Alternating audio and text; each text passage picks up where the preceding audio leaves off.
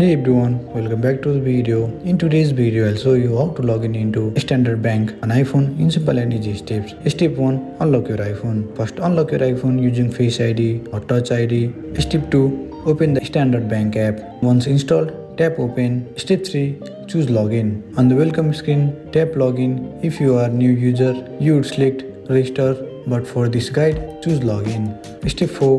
Enter your details. Enter your username and password also, exactly as registered. Make sure there are no typing errors. Step 5. Verify identity. You may be asked to confirm using one-time PIN, OTP sent by SMS, Face ID or Touch ID if enabled. Enter the OTP or authenticate biometrically. Step 6. Access your account. Once verified, you will be logged in and taken to your account dashboard. And that's how you can log in into Standard Bank on iPhone, and that's it. I hope you like this video. If you find this video helpful, drop a like, subscribe to our channel. See you in the next video.